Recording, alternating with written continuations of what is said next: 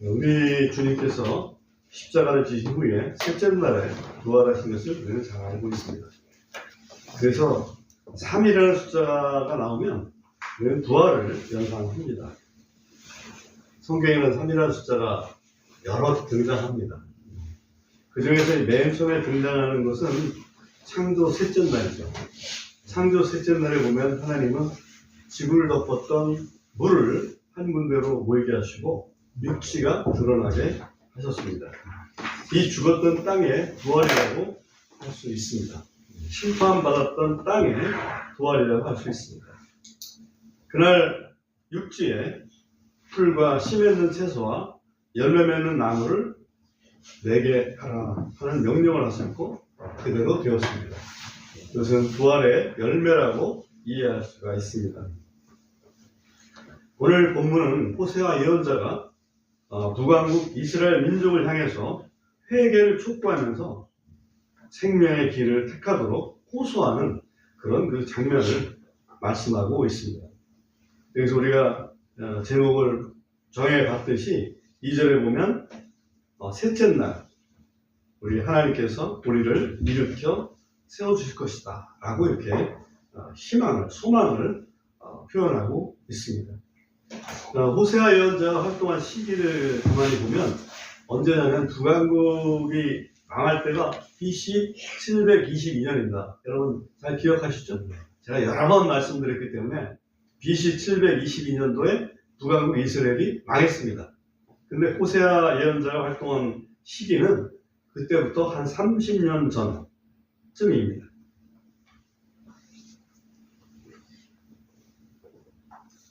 그래서 호세아는 이 북왕국 이스라엘이 멸망하지 않도록 회개하기를 촉구했습니다. 근데 결국은 회개하지 않았죠. 결국은 망했습니다. 그렇다면 이 호세아가 얘기했던 이틀 후면 우리를 일으켜 주셔서 제3일에는 셋째 날에는 우리를 살리실 것이다 라고 했던 그 예언적 소망, 그것은 헛된 일이었을까? 하나님께서 주신 메시지가 아닐까?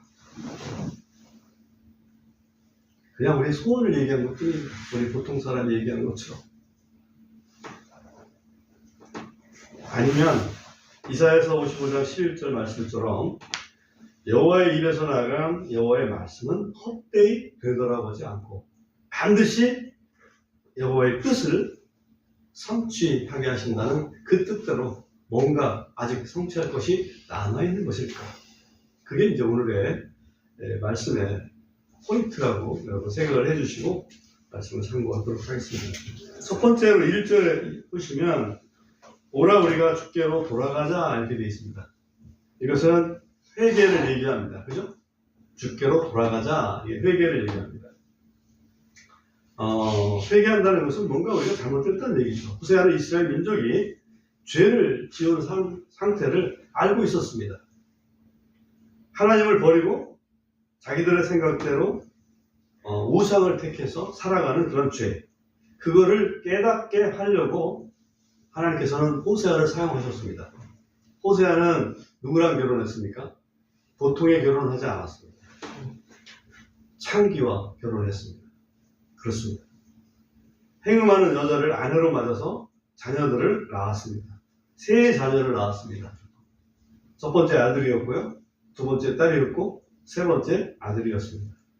근데 그 아들들, 딸들의 그 이름에 의미를 하나님께서 부여해 주셨습니다. 특별하게. 첫 번째 아들을 낳았는데 그 이름이 예스르엘이었습니다. 개역 한글에서는 이스라엘 이렇게 표현되어 있고, 근본역에서는 예스르엘 이렇게 표현을 했습니다. 예스르엘이라는 말은 하나님이 파종하신다, 하나님이 파종하셨다, 그런 의미가 있습니다. 하나님이 파종하셨다는 얘기는 내 거다 이 말이죠. 그죠? 하나님이 원래 이스라엘 민족을 하나님께서 세우신 거 아니에요. 그런 의미가 있습니다. 근데 둘째는 딸을 낳는데 그 딸의 이름은 로하마다 이렇게 이름을 지어줬습니다. 로아마라는 것은 로라는 말 자체는 기본적으로 없다 이런 뜻이고요. 로아마라는 뜻은 이제 긍휼을 베푼다 이런 뜻이고요. 그러니까 로아마라는 말은 긍휼을 베풀지 아니하리라 이런 의미가 있어요. 이스라엘 백성이 죄를 졌기 때문에 내가 긍휼을 베풀지 아니할 것이다. 그 다음에 또 아들을 낳았어요. 그러니 로암미다 이렇게 했어요. 암미라는 말은 내 백성이라는 뜻인데 로암미는 내 백성 아니다. 이스라엘 하나님께서 심으셨는데 내 백성 아니야. 왜? 너희가 나를 버렸잖아. 라고 하는 이런 엄청난 메시지를 호세아 예언자의 결혼과 아이들을 통해서 말씀하셨습니다. 그런데 이스라엘을 향해서 하나님께서 호세아 예언자를 통해서 약속을 주십니다. 그게 뭐냐면 호세아서 2장을 한번 떠보시면 2장 23절을 보시면 이런 말씀이 있습니다. 또 내가 땅에서 그녀를 내게로 심을 것이요 또 내가 긍휼을 얻지 못했던 그녀에게 긍휼을 베풀며 또 내가 내 백성 아니었던 자들에게 이르기를 너는 내 백성이라 하며 그는 이르기를 주는 나의 하나님이시니라 이이다 하리라. 그러니까 본래대로 하나님께서 이스라엘 백성을 내게로 심고 내 것이 내 소유가 되게 하고 한마디로 또 긍휼을 베풀고 그 다음에 내 것이다라고 내 백성이라고 이렇게 얘기를 해주겠다. 그런 약속을 주십니다. 근데 문제가 되는 것은 이스라엘 백성이 여전히 죄 가운데 회개하지 않고 있다는 거죠. 호세아서 5장 3절에 가보겠습니다. 호세아서 5장 3절에 보면 내가 에브라임을 알고 이스라엘도 나를 떠나 숨지 못하나니 이는 오 에브라임아 이제 너는 행음하고 이스라엘은 더러워졌기 때문이라. 그들이 자기들의 하나님께로 돌아가도록 자기들의 행위들을 바로 세우지 아니하리니 이는 행음의 영이 그들 한가운데 있으며 또한 그들이 주를 알지 못하였기 때문이라. 여기 보면 이스라엘 백성들이 죄를 진 거를 내가 다 알고 있다. 근데 그들이 또 돌이키지도 않아. 왜? 그들 속에 행음의 영, 우상숭배의 영이 가득 들어있기 때문에 그렇다. 그래서 하나님께서 또 말씀하신 것은 기대를 하신 거예요. 우리가 본문에 호세아 6장에 있는데 6장 시작 바로 직전에 5장 15절에 보면 이런 말씀이 있습니다. 그들이 자기들의 범죄를 인정하고 내 얼굴을 구하기까지 내가 가서 내 처소로 되돌아가리니 그들이 자기들의 고난 중에서 나를 일찍 찾으리라. 자기들의 범죄를 이스라엘 백성이 자기들의 범죄를 인정하고 내 얼굴을 구하기까지는 그게 회개하기까지는 그 말이죠. 회개하기까지는 내가 가서 내 처소로 되돌아가리라. 하나님께서 하나님의 처소로 내가 이스라엘 백성과 함께하지 아니하고 하나님의 처소로 되돌아갈 것이다 라고 이렇게 말씀을 하셨습니다. 그러므로 오늘 본문 1절에서 우리가 여호와께로 돌아가자 라고 이렇게 호세아 예언자가 한 것은 우리가 이스라엘 백성이 여호와를 알지 못한 범죄를 인정하고 그 고난이 그 죄의 결과임을 인정하고 하나님께 용서를 구하자 하는 그런 의미입니다. 회개라는 건 쉽지 않습니다. 그죠? 어떤 신학자가 이런 표현을 했습니다. 어떤 표현을 했냐면 우리는 가볍게 회개할 수 없다. 나 회개합니다. 이게 아니라는 얘기죠. 가볍게 회개할 수 없다. 저도 이 말씀에 공감합니다. 이 회개에는 불에 데이는 고통, 칼에 데이는 고통, 망치로 얻어맞는 고통을 동반한다. 가슴 아픔과 깊은 성찰, 고백과 뉘우침, 화끈거리는 부끄러움의 고통을 지나야 비로소 안식에 이를 수 있다. 한국 사람이 표현한 게 아니고 서양 사람 신학자가 표현한 걸 제가 이렇게 번역을 한 겁니다.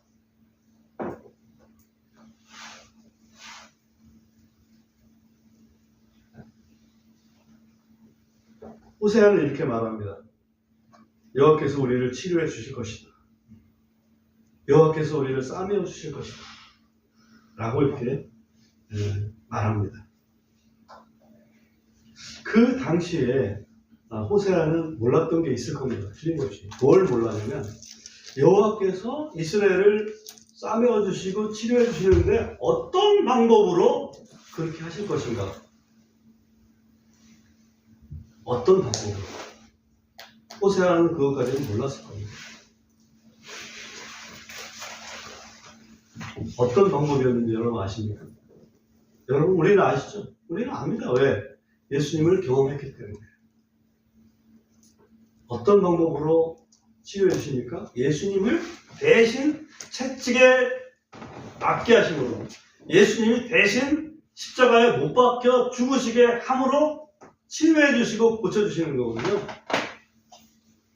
그냥 나는 회개했어, 잘못했습니다 그러면 용서해 주시는 것 같이 생각하죠? 그렇게 쉽죠? 그죠? 아닙니다. 하나님께서 그 용서를 위해서 우리의 죄를 대신 다 짊어지도록 하신 거죠. 그 차이가 있는 겁니다. 우리의 악한 생각 때문에 고통받은 사람들이 분명히 있을 것입니다. 우리의 머리로 행한 악한 생각 때문에 고통받은 사람들이 있을 거라고. 그 고통 대신해서 예수님 머리에 뭘 씌워줬어요? 가시면류관. 우리가 행한 악한 행동 때문에 고통받는 사람들이 있을 것입니다. 그것 때문에 예수님께서 손과 발에 못 박혔습니다. 우리의 악한 마음 때문에 고통받은 사람들이 있을 것입니다. 그래서 우리 주님은 허리에 창을 맞으셨습니다. 인정하시죠? 그 고통을 자각하기까지는 참된 회개는 어려울 것입니다. 나 회개했습니다. 뭘 회개했는데? 회개하고서 똑같은 짓을 하고 있다. 그 회개입니까? 아니죠? 그것은 아직 주님이 당하신 고통이 나 때문이다 하는 것을 알지 못하기 때문입니다. 본문 2절에 보면 이제 이틀 후면 그분께서 우리를 되살리시며 셋째 날에는 그분께서 우리를 일으켜 세우시리니, 이틀 후 셋째 날 있습니다. 이틀 후 셋째 날 같은 말이죠. 이틀 후 셋째 날. 호세아는 이스라엘이 여호와께 회개하여 돌아가기만 하면 여호와께서 곧바로 회복시켜 주실 것이다 라고 하는 그런 마음으로 이틀 후, 우리가 돌이켜하면 이틀 후에는 제3일에는 우리를 되살려 주실 거야 라고 이렇게 한 말입니다. 근데 이 예언에는 복합적인 의미가 들어있다, 이렇게 우리가 이해할 수 있습니다. 우리가 제일 쉽게 생각할 수 있는 것은 인류를 대신해서 죽음을 선택하신 그리스도, 그분이 제3일에는 다시 살아나실 것이다 하는 것에 대한 계시가 이 속에는 들어있다. 그 다음에 또 하나는 이스라엘 민족을 회복시키시되 이틀 후에 제3일에 다시 살리실 것이다. 근데 이때는 우리가 생각해 볼 수 있는 것이 하나 있는데 뭐냐면 이 일 후에 이스라엘 백성이 망했잖아요. 이 예언이 이대로 이루어지지 않았다. 오늘 암송성구의 베드로서 3장 8절에 보면 하나님께는 천년이 얼마 같고 하루가 천년 같은, 그것을 무지하지 마라, 모르지 마라 이 말이죠. 그걸 좀 알고 있어라. 그래서 이틀이라는 시간이 이스라엘 민족을 회복시키는 약 2000년 할 수 있겠구나. 그렇죠? 이스라엘의 민족에는 이방인에 대한 구원 개념은 아예 들어있지 않았어요. 이방인들은 선택되지 못한 민족, 개, 돼지 같은 민족, 그 정도로 생각했습니다. 그런데 이방인 구원을 위한 시간이 필요했던 거죠. 약 2000년의 시간이 필요했습니다. 로마서 11장을 한번 잠깐 보고 오겠습니다. 로마서 11장 11절에 보면 11장 11절에 보면 이렇게 볼 수 있어요. 그러므로 내가 이르노니 그들이 넘어지기까지 실족하였느냐? 결코 그럴 수 없느니라. 오히려 그들의 넘어짐을 통해 구원이 이방인들에게 이르렀으니 이것은 그들을 자극하여 질투하게 하려 함이니라. 여기서 그들은 이스라엘 민족을 얘기합니다. 15절에 가보면 왜냐하면 그들을 버리는 것이 세상에 화해가 된다면 그들을 받아들이는 것이 죽은 자들로부터 살아나는 것이 아니면 무엇이겠느냐. 제3일에 살리는 거죠. 죽은 자들로부터 살아나는 것. 그들을 버리는 것이 세상에 화해가 된다면 2000년 전에 이스라엘 민족을 버림으로써 그 구원이 이방인들에게 넘어온 것이 된다면 그들을 받아들이는 것은, 다시 말하면 이스라엘을 회복하는 것은 죽은 자들로부터 살아나는 것이 아니면 무엇이겠느냐 라고 사도 바울은 아주 정확하게 말씀을 하고 있습니다. 이 말씀을 생각하면서 이틀에 대한 개념, 2000년에 대한 개념, 그것을 다시 한번 생각을 해보게 되었습니다. 우리가 지금 주님 가신 지가 2000년 가까이 됐는데 왜 아직도 대행하지 않고 계신가 라고 이렇게 너무 늦으신 거 아닌가 라고 생각을 좀 합니다. 근데 베드로 사도가 너무 늦다고 그렇게 생각하지 말아라. 왜냐면 하나님의 시간표는 우리는 1000년이지만 하나님의 시간표는 하루야. 그 얘기죠. 그러니까 지금 2000년이 지났지만 하나님의 시간표는 이틀이야.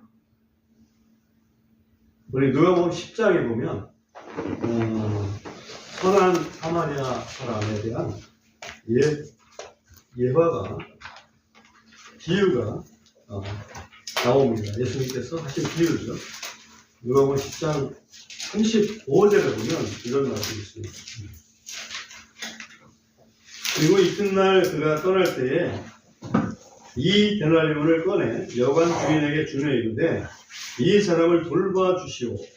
당신이 얼마를 더 쓰든지 내가 다시 오는 때 당신에게 갚으리이다 했더라. 여기 선한 사마리아 사람은 누구를 상징합니까? 예수님이죠? 유대인도 아니고 이방인도 아닌 사마리아 사람. 인간도 아니고 하나님도 아닌, 어찌 보면 인간이시기도 하고 하나님이시기도 하죠. 사마리아 사람은 예수님을 상징합니다. 그 다음에 예루살렘에서 여리고로 가다가 강도 만난 사람을 지금 소개를 하고 있지 않습니까? 그 사람은 어떤 민족을 얘기할 것인가 라고 생각을 해봅니다. 물론 죄 지은 인간을 다 포함해서 얘기를 하겠지만 예루살렘에서 여리고로 가잖아요. 그죠? 그래서 이거는 어떤 이스라엘 민족이다 이렇게 볼 수가 있습니다. 근데 그 이스라엘 민족을 보고 지나갑니다. 제사장과 레위인이 보고 지나갑니다. 제사장과 레위인은 뭘 상징할까요? 율법을 상징하죠. 율법은 그냥 아무런 힘이 없습니다. 저는 잘못해서 저는 그렇게 얻어맞아서 죽어가는 겁니다. 근데 사마리아 사람이 그를 데려다가 주막에 데려다 놓고 치료를 해줬습니다. 치료를 받게 해줬어요. 근데 바로 그 이튿날 떠납니다. 그 이튿날 떠나면서 35절을 다시 한번 보세요. 그리고 이튿날 그가 떠날 때 얼마를 꺼내서 여관 주인에게 줬습니까? 이 데나리온. 의미가 있을까요? 1 데나리온이 며칠 품삯이에요? 하루 품삯. 이 데나리온은 이틀 품삯이죠. 이틀 품삯을 주면서 이 사람을 돌봐주시오. 당신이 얼마를 더 쓰든지 내가 다시 오는 때 당신에게 갚으리다. 다시 온다. 이틀 후에 다시 오겠다. 이 말이죠. 제3일에 다시 오겠다. 그런 의미를 여기서 내포하고 있습니다. AD 30년 예수님이 부활하시고 승천하셨습니다. 그러면 만으로 따지면 이틀이 꽉 차는 때가 2029년이더라고. 2029년. 제3일은 2030년이더라고. 만약에 이런 논리를 가지고 설명하면 그렇다는 얘기입니다. 그거를 확정적으로 얘기하면 저는 이단 소리를 듣고 쫓겨나게 됩니다. 아무튼 제3일에 다시 오실 것이라고 우리는 이 말씀을 통해서도 알 수가 있습니다. 만약에 그게 2030년대에 오신다. 그러면 몇 년 남았어요? 4년 남았어.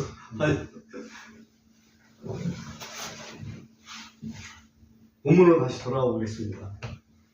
호세아 6장 3절에 보면 그때 우리가 알게 되리라, 여호와를 주를 알게 되겠다, 이런 표현이 나옵니다. 그분의 나아가심은 아침같이 예비되어 있다, 이렇게 말씀하고 있어요. 아침은 밤이 지나면 아침이 당연히 오죠. 이것은 하나님 만드신 이 땅의 신실함입니다. 하나님의 약속은 반드시 지켜진다, 이런 뜻이에요.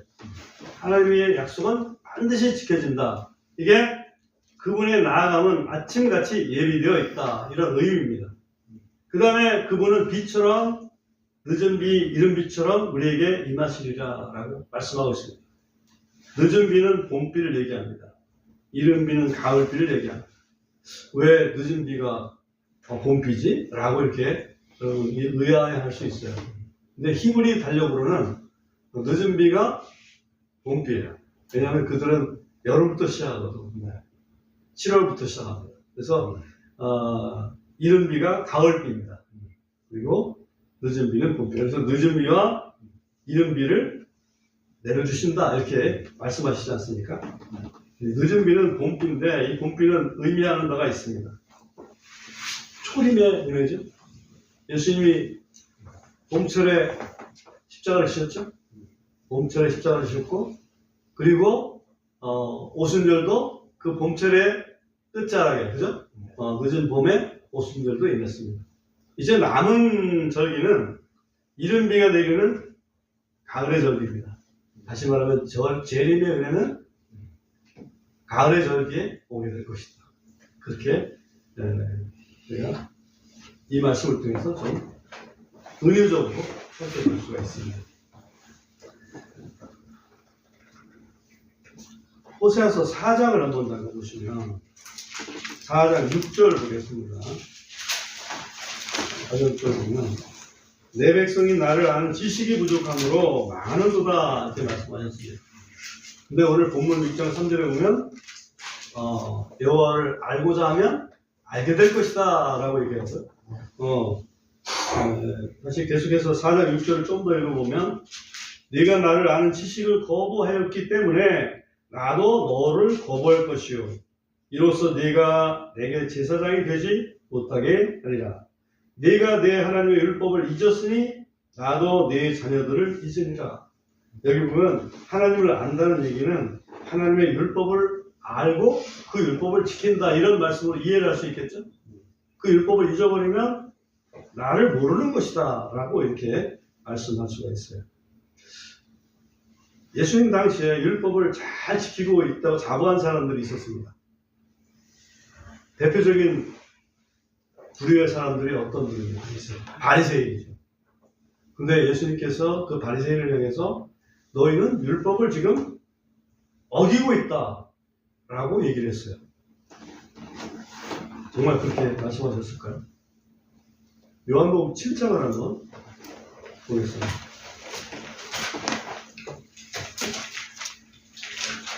요한복음 7장 19절에 가보면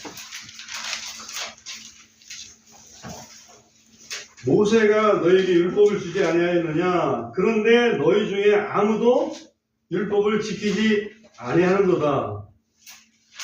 그게 말씀하시죠? 네. 너희가 어째 나를 죽이려 하느냐? 그 왜 그렇게 율법을 안 지킨다고 얘기했냐면 너희가 나를 죽이려고 하잖아. 율법이 뭐야? 살인하지 말라 그랬잖아. 근데 왜 나를 죽이려고 해? 이게 율법을 지키지 않는 거지 라고 딱 얘기를 하신 거예요. 근데 이 바리새인들이 율법을 잘 지키는 바리새인들이 예수님을 왜 죽이려고 했죠? 왜 죽이려고 했을까요? 요한복음 8장 19절 보겠습니다. 요한복음 8장 19절. 이에 그들이 그분께 이르되 내 아버지가 어디 있느냐 하니 예수님께서 내 아버지가 어디 있느냐 하니 예수님께서 응답하시되 너희는 나를 알지 못하고 내 아버지도 알지 못하는도다. 만일 너희가 나를 알았더라면 내 아버지도 알았으리라. 다시 말하면 예수님을 죽이려고 했던 이유는 예수님을 알지 못했기 때문에 예수님이 어떤 분인지 알지 못했다는 거예요. 예수님을 알지 못했다는 얘기는 예수님을 보내신 하나님이 어떤 분인지를 알지 못했다는 얘기입니다. 예수님을 알지 못했다는 얘기는 예수님이 저 율법을 어기는 안식일도 지킬 줄 모르는 그런 하나님도 모르는 아주 그냥 우리 옛날 말로 하면 쌍놈이다 이런 얘기죠. 그러니 그거 마땅하다 이렇게 생각했던 거죠. 네, 그렇게 생각했던 이유는 그들이 나를 모르기 때문에. 예수님을 모르기 때문에. 예수님을 알기 쉽지 않아요, 그죠? 우리가 예수 믿고 나니까 아는 거지, 예수 믿기 전에 하나님을 우리가 알 수 있잖아요. 우리 창조주 하나님이다. 근데 그 사이에 예수님이라는 분이 있어야 되는 이유를 알 수 있을까요? 우리 이성적으로? 예수님의 십자가와 부활이 있어야 된다. 이걸 이성적으로 알 수 있을까요? 없어요. 그러니까 유대인들이라고 해서 그걸 알 수 있었다? 저는 모르는 게 당연하다 이렇게 봅니다. 요한복음 8장 32절에 보면 너희가 진리를 알지니 진리가 너희를 자유롭게 하리라. 그래서 그 진리 대신 예수님을 알을 때 비로소 자유롭게 됩니다. 죄로부터의 자유, 죄의 심판으로부터의 자유, 죄의 존재로부터의 자유, 그죠? 네. 그래서 요한복음 17장 3절에서 너무나 유명한 예수님의 기도 속에 나오는 말씀이 있죠? 요한복음 17장 3절 우리 한번 같이 읽어보겠습니다. 요한복음 17장 3절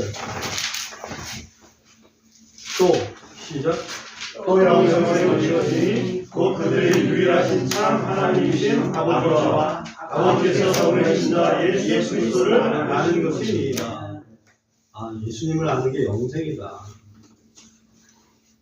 내가 하나님을 안다고 그러지만 예수님을 아는 거, 정말 왜 하나님께서 예수님을 보내주셨는지.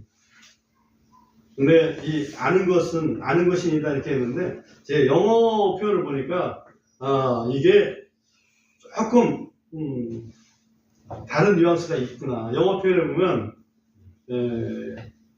know라고 하는 안다는 말 앞에 조동사가 하나 들어있어요. 근데 조동사가 뭐냐면 might라고 하는 조동사예요. might는 may의 과거 형태거든요. may는 뭐 할 것이다, 할 수 있다, 이런 거죠. 알게 될 수 있다, 그런 얘기죠. 그래서 이게 예수님을 알게 되는 게 이게 영생이구나. 예수님을 원래 모르는데 알게 되는 거. 우리는 알게 됐습니다.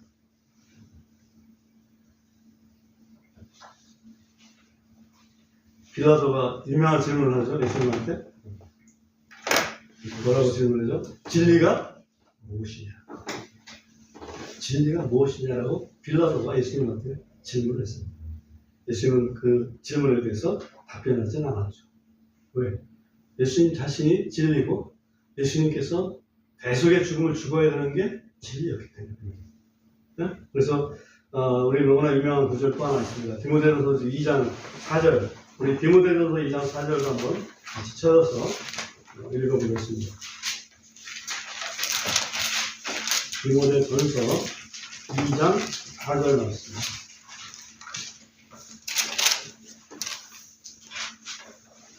그분께서는, 그런데 그분은 하나님입니다. 같이 한번 해보겠습니다. 그분, 시작. 그분께서는 모든 사람이 구원을 받고 진리의 지식에 이르기를 원하십니다. 진리의 지식에 이르기를. 그죠? 이제는 알게 됐구나. 우리 하나님은 어떤 분인지 알게 됐구나. 하나님과 사람 사이에 예수님이 필요한 것을 알게 됐구나. 예수님은 우리를 위한, 우리 죄를 위한 어린 양, 그죠? 어린이들 다른 표현을 하면 대속물이라고 그러죠? 대속물로 예수님을 보내주셨지 않습니까? 그러므로 진리를 안다는 것은 예수님을 안다는 것인데, 예수님을 안다는 것은 예수님이 인류 구원을 위한 하나님의 대속 제물이 되셨다는 것을 아는 것이고, 하나님께서 대속 제물을 우리를 위해서 보내주셨다는 것은 우리를 향한 하나님의 뭐를 안다는 얘기일까요? 사랑이죠. 바로 그겁니다. 하나님의 사랑을 알게 되는 거지. 그게 하나님을 아는 거예요. 진리를 안다는 것은 예수님을 안다는 것이고, 예수님을 안다는 것은 결국은 하나님의 사랑을 안다는 것이죠.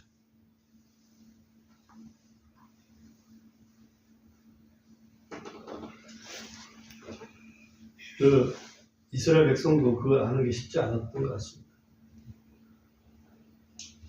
스가랴서 12장에 보면 이런 표현이 있습니다.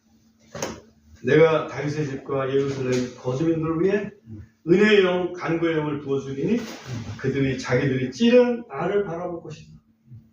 이스라엘 백성은 예수님을 찔렀다고 했는데, 죄인이라고 찔렀는데, 하나님은 그게 나였다.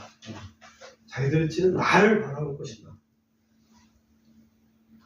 그걸 깨닫게 될 때 그들은 그를 위해서 애곡하기를, 자기 독자를 위해서 애곡함처럼, 자기의 장자를 위해서 애곡함처럼 그렇게 애곡할 것이다 라고 이렇게 말씀하고 있습니다.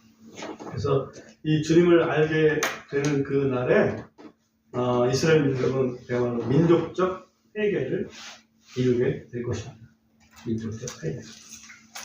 그것이 아직 남아있는 일이고, 호세아 예언자를 통해서 예언했던 예언적 소망이라고 제가 말씀드렸는데, 그 예언적 소망을 그냥 헛된 것으로, 그때 이스라엘 백성이 회개하지 않았고 그냥 망했기 때문에 그냥 끝이야, 없어진 거야 가 아니라, 훗날 우리가 사는 이 시대에 이스라엘 백성이 다시 회복되고 있잖아요. 아직까지도 저는 말씀드렸지만 그들의 현재 이스라엘 팔레스타인 땅에 있는 이스라엘 민족의 3%밖에는 예수님을 인정하지 않고 있어요. 나머지 97% 민족적으로 회개하는 그 순간이 올 겁니다. 그때가 바로 주님이 오실 날에 얼마 남지 않았습니다.